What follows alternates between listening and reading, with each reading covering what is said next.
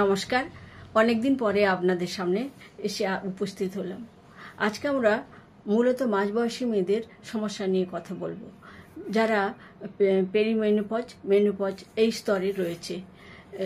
সাধারণত 42 থেকে 52 এই রেঞ্জে পেরিমেনোপজ এবং তারপরে 52 থেকে 55-এর মধ্যে মেনোপজ হয়ে যায় এবং পোস্ট মেনোপজাল যে সিনড্রোম, এগুলো নিয়ে একটু আলোচনা করতে চাই। পেরিমেনোপজ 2 থেকে 10 বছর পর্যন্ত লাস্ট করতে পারে এবং এটা দেখা গেছে সুস্থ স্বাভাবিক মেয়েদের 42-তে শুরু হয়ে যায় এবং 52-র মধ্যে এটা কমপ্লিট হয়ে যায়। যাদের গর্ভনিরোধক বড়ি খায় কিংবা সার্জারি হয়েছে তাদের কথা আলাদা, তাদের অনেক আগেও মেনোপজ হয়ে যেতে পারে। এই যে সময়টা পেরিমেনোপজ, যেটা 42 থেকে মেনোপজ হওয়া পর্যন্ত, এই সময়টায় মেয়েদের একটা অদ্ভুত সমস্যা দেখা দেয়। সমস্যা বলবো, এটা অত্যন্ত সাধারণ একটি ঘটনা, সাধারণ একটি ব্যাপার। যখন আস্তে আস্তে মেয়েদের এস্ট্রোজেন লেভেল কমতে থাকে, ডিম্বাণু নিঃসরণ কমে যায়, ইরেগুলার পিরিয়ডস হয়, হেভি পিরিয়ডস হয় এবং তার সঙ্গে মুড সুইং, একাগ্রতার অভাব, ঘুম না হওয়া, খিটখিটে মেজাজ, হট ফ্ল্যাশ, রাতের নাইট সোয়েট ইত্যাদি নানা রকম সমস্যা তৈরি হয় এবং তারা স্বাভাবিক জীবনযাপন করতে পারেন না, অসুবিধে হয় নানা রকম।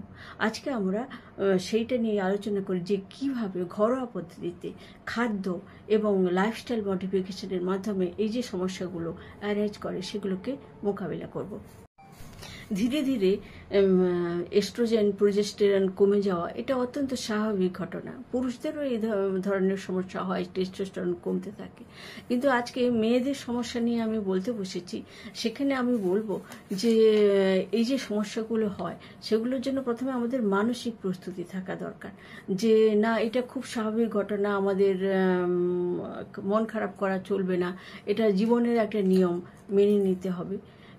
তার সঙ্গে শারীরিক যে সমস্যাগুলো হয়, যে ঘুম না হওয়া, হট ফ্ল্যাশ, নাইট সোয়েট, ভীষণ মন খারাপ লাগছে, একাগ্রতা বিঘ্নিত হচ্ছে, এই যে সমস্যাগুলো আমরা কিন্তু ঘরোয়া পদ্ধতিতে কিভাবে দূরীভূত করব, তার জন্য প্রথমে চাই হচ্ছে এক্সারসাইজ, প্রাণায়াম এবং যোগব্যায়াম। এটা অত্যন্ত গুরুত্বপূর্ণ সব মানুষের জীবনে, বিশেষ করে মেয়েদের এই সময় করা উচিত।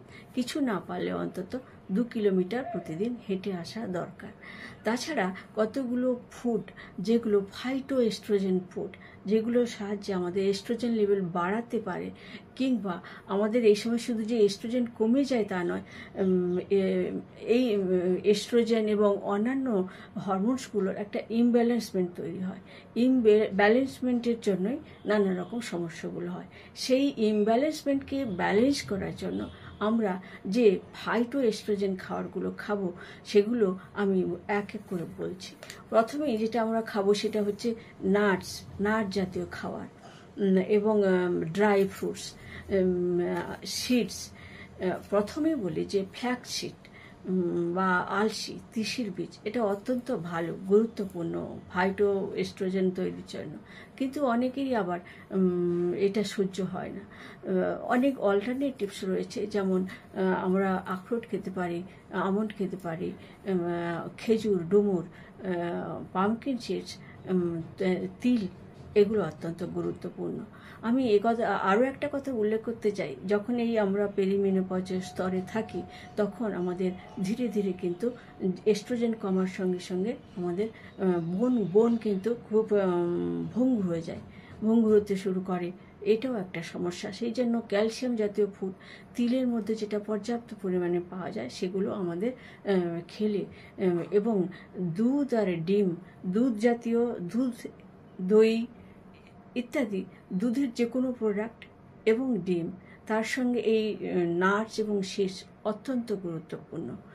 এছাড়া আমরা হোল গ্রেন ফুড খাবো, গোটা খাদ্য শস্য দানা খাবো এবং হোল ডাল, যেমন আমরা গোটা মুগ, গোটা ছোলা এবং তাদের স্প্রাউট, এগুলো খেলে আমাদের সমস্ত রকম vitamin B complex, manganese, magnesium, calcium ইত্যাদি পর্যাপ্ত পরিমাণে খাবো এবং আমাদের এই যে সমস্যাগুলো, এই সমস্যাগুলো অনেকটা দূরীভূত হয়ে যাবে। এছাড়া আমরা খাবো ভিটামিন ডি। ভিটামিন ডি অত্যন্ত গুরুত্বপূর্ণ এই সময়। মন খারাপ ভালো করতে ভিটামিন ডি লাগে।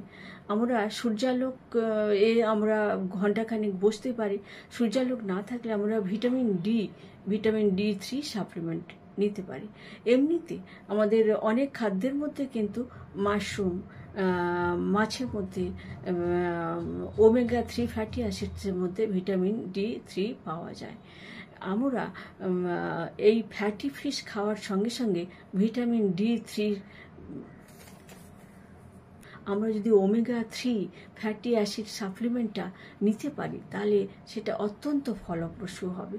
সেই সঙ্গে D3+K2 সাপ্লিমেন্ট নিলে আমাদের কি হয়, বোনটা মজবুত থাকবে এবং মেনোপজের পরে, আফটার মেনোপজ, যে হাড় ভঙ্গুর হয়ে যাওয়া, সেই সমস্যাটা কিন্তু আর দেখা দেবে না। এবং আমাদের এই যে মন খারাপ, মুড সুইং, একাগ্রতার অভাব, এগুলোর মোকাবিলা করবে এই ভিটামিন ডি3 এবং omega 3 fatty acid.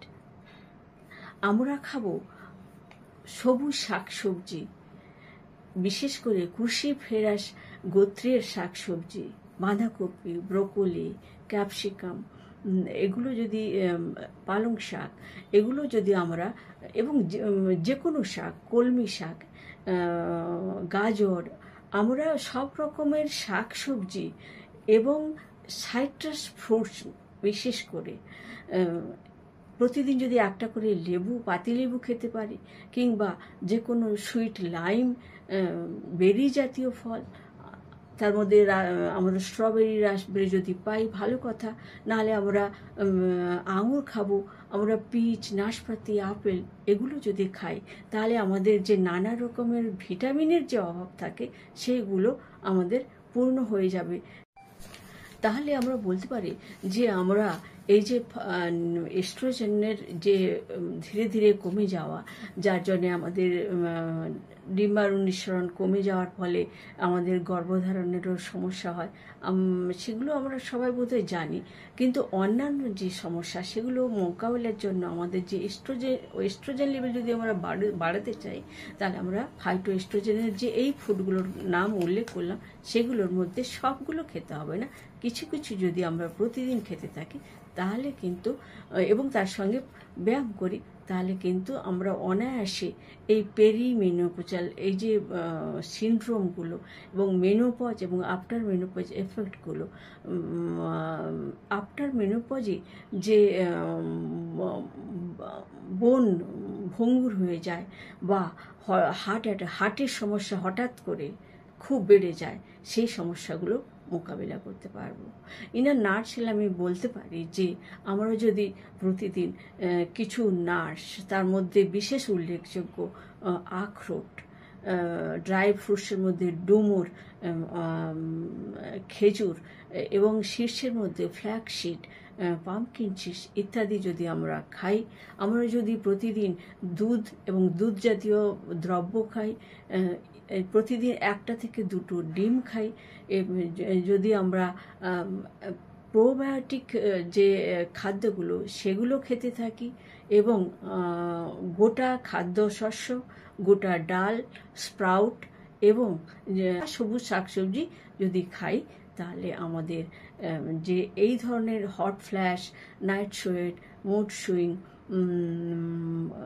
Irritation, dry skin, dry vagina ইত্যাদি যে সমস্যাগুলো, এই সমস্যাগুলো কিন্তু আমরা অনায়াসে মোকাবিলা করতে পারবো।